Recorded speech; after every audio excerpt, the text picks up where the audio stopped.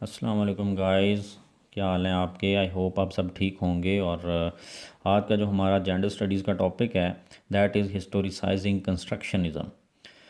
हिस्टोरिसाइजिंग कंस्ट्रक्शनिज़म एक core concept है gender studies का, और लोगों ने इस कंसेप्ट को डिफरेंट तरीक़ों के साथ एक्सप्लेन किया हुआ है डिफरेंट चैनल्स के ऊपर। बट जो कोर कंसेप्ट है वो मेजॉरिटी में एक्सप्लेन नहीं किया गया, और बस इतना कहकर एक्सप्लेन कर दिया गया कि हिस्ट्री के अंदर रोल्स दे दिए गए मैन और वीमेन को। आज हम इसको सीएसएस के पर्सपेक्टिव से और इसका जो कोर कंसेप्ट है जेंडर स्टडीज़ के अंदर हम उसको एक्सप्लेन करेंगे। बेसिकली तो हिस्टोरिसाइजिंग कंस्ट्रक्शनिज़म जो है ये इसके नाम से ही समझ आ रहा है कि किस तरीके के साथ हिस्ट्री के अंदर डिफरेंट आइडियाज़ बनाए गए, किस तरीके के साथ कंस्ट्रक्ट्स डेवलप हुए।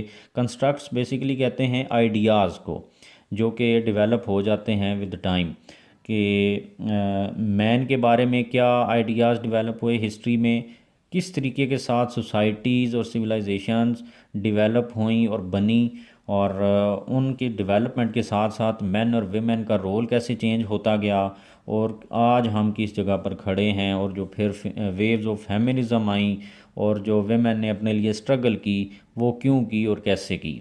तो बेसिकली उस सब का लिंक जो है वो इस कंसेप्ट के साथ है।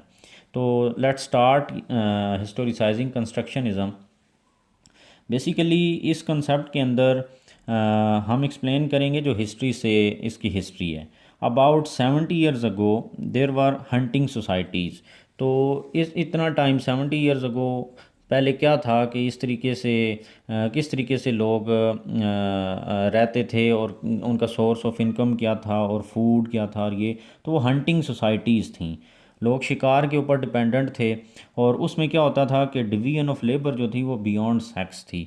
उसमें ये नहीं देखा जाता था कि ये मेल है तो यही काम करेगा और फीमेल है तो ये घर का ही काम करेगी। तो बियॉन्ड सेक्स वहाँ पर लेबर डिवीजन थी।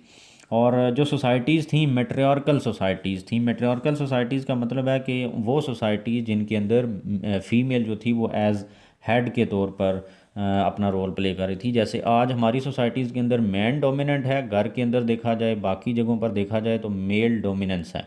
तो उस वक्त सोसाइटी जो थी वो मैट्रियार्कल सोसाइटीज़ थी, और वुमेन जो थी वो उसके पास डोमिनेंट रोल था, और एज अ हेड अपना रोल प्ले कर रही थी। फिर पोलीएंड्रस सोसाइटीज़ थी। पोलीएंड्रस कल्चर था। उसका क्या मतलब है पोलीएंड्रस का?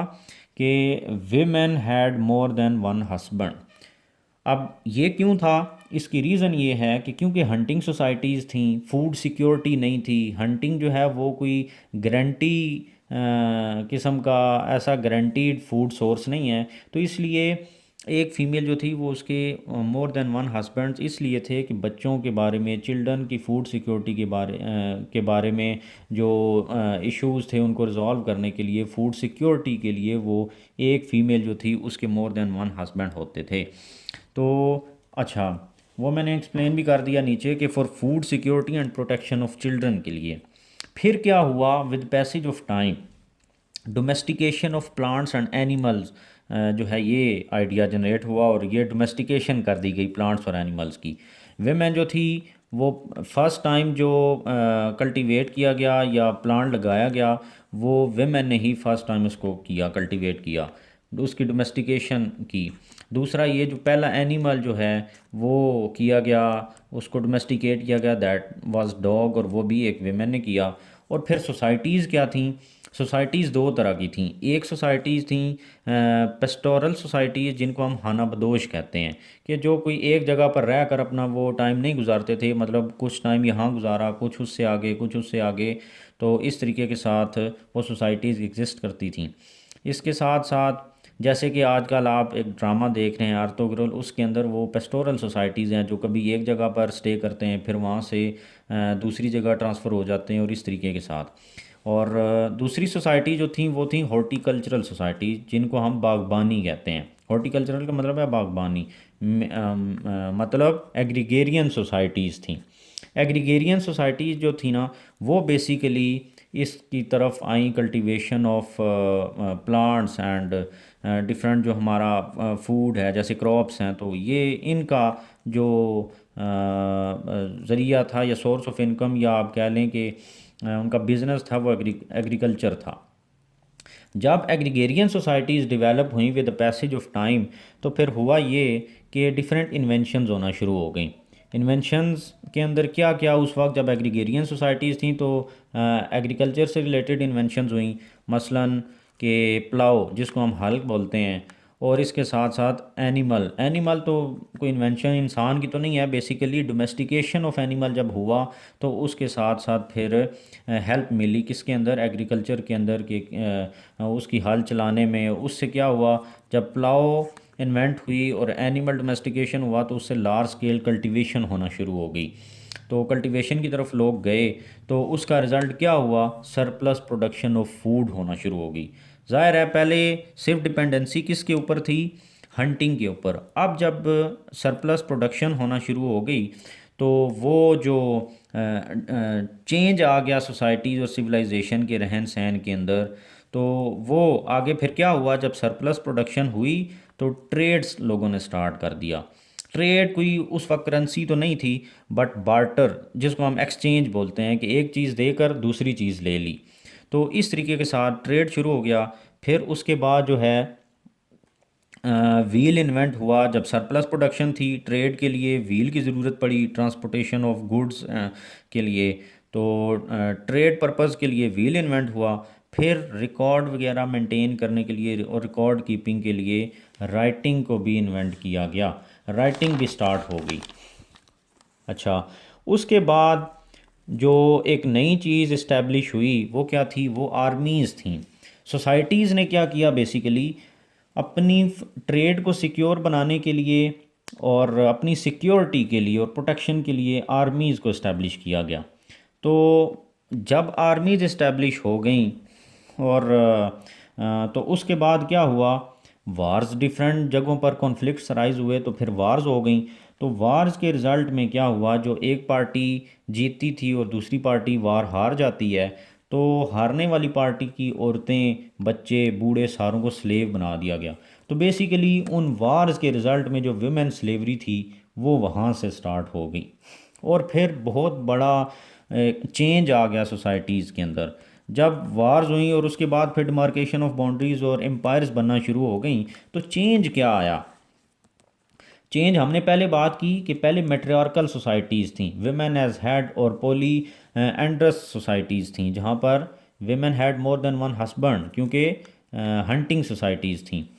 तो अब सरप्लस प्रोडक्शन होना शुरू हो गई, विमेन स्लेवरी शुरू हो गई। तो चेंज क्या आ गया, विमेन को कन्फाइन कर दिया गया सिर्फ घरों तक।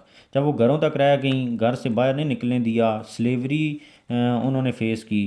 तो मैन ने क्या किया कि कल्चर कैसे चेंज हुआ, पॉलीएंड्रस से पॉलीजाइनी के अंदर चेंज हो गया।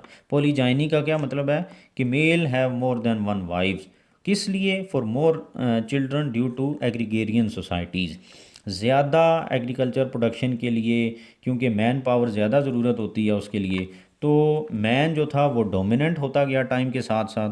तो उसने क्या किया कि पोली एंड्रस से कल्चर चेंज होके पोलीजाइनी हो गया, और उसने एक से ज़्यादा बीवियाँ रखी क्योंकि बच्चे पैदा करने के लिए और लार्ज प्रोडक्शन, सरप्लस प्रोडक्शन के लिए। तो रिज़ल्ट क्या हुआ, लार्ज फैमिली आ गई। अब ये यहाँ तक तो चेंज आया हिस्ट्री के अंदर। हम ये देख रहे हैं कि हिस्ट्री के अंदर कैसे कैसे कंस्ट्रक्शन हो रही है। पहले विमेन का रोल क्या था, बाद में फिर चेंज आया, तो फिर क्या हुआ, और उसके बाद फिर क्या हुआ। फिर 1767 या 65 के अंदर जब इंडस्ट्रियल रेवोल्यूशन आया इंग्लैंड के अंदर, वेस्टर्न यूरोप में, तो इंडस्ट्रियल सोसाइटीज़ हो गई। वहाँ पर स्टीम इंजन आ गए, ट्रांसपोर्ट ऑफ गुड्स और बाकी चीज़ें जो हैं वो स्टीम इंजन के ज़रिए होना शुरू हो गया, ट्रेड। फिर इसी तरीके से फैमिलीज़ जो थी वो स्मॉल, वो बड़ी फैमिलीज़ नहीं रहीं बल्कि छोटी फैमिलीज़ हो गई। लोग जो हैं वो बिज़नेस, कारोबार और इसके लिए आगे पीछे हो गए, निकलना शुरू हो गए, और साइज़ ऑफ फैमिली जो है वो पहले लार्ज था और फिर अब स्मॉल हो गया। इसके अलावा न्यू डेवलपमेंट्स हुई, हॉस्पिटल्स, ग्राउंड, स्कूल्स, इंडस्ट्री, ये सब चीज़ें बनना शुरू हो गई।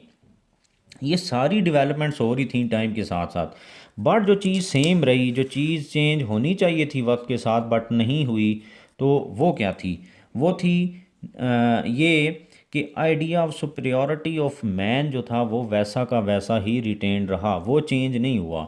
उसको भी चेंज होना चाहिए था जिस तरह के बाकी डेवलपमेंट्स हो रही थी टाइम के साथ साथ, बट ये चेंज नहीं हुआ।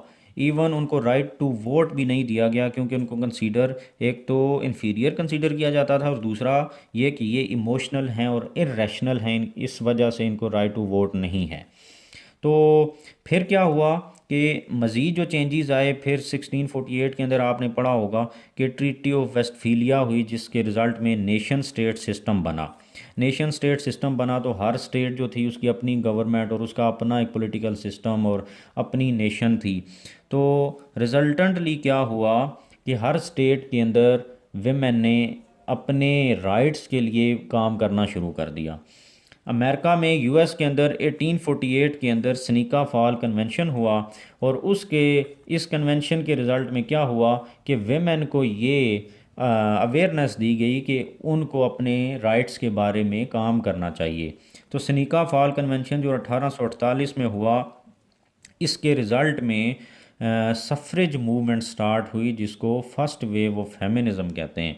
ये इसका क्या हुआ कि वेमेन जो थी उन्होंने स्ट्राइक शुरू कर दी, हंगर स्ट्राइक शुरू की, कोर्टिंग अरेस्ट, खुद थाने में जाकर कह देना कि हमें अरेस्ट कर लिया जाए, सिट इन शुरू कर दिए, धरने देना, अलाइटिंग पब्लिक प्रॉपर्टीज़, और ये सब काम शुरू किए, जिसके रिज़ल्ट में आकर फर्स्ट वेव ऑफ फेमिनिज़म के रिज़ल्ट में 1920s के अंदर, 1920 के अंदर 19th अमेंडमेंट के तहत उनको राइट टू वोट दिया गया। और फिर इसी तरीके से वेव्स ऑफ फेमिनिज़म बाकी जो थी वो हम आगे जाकर पढ़ेंगे।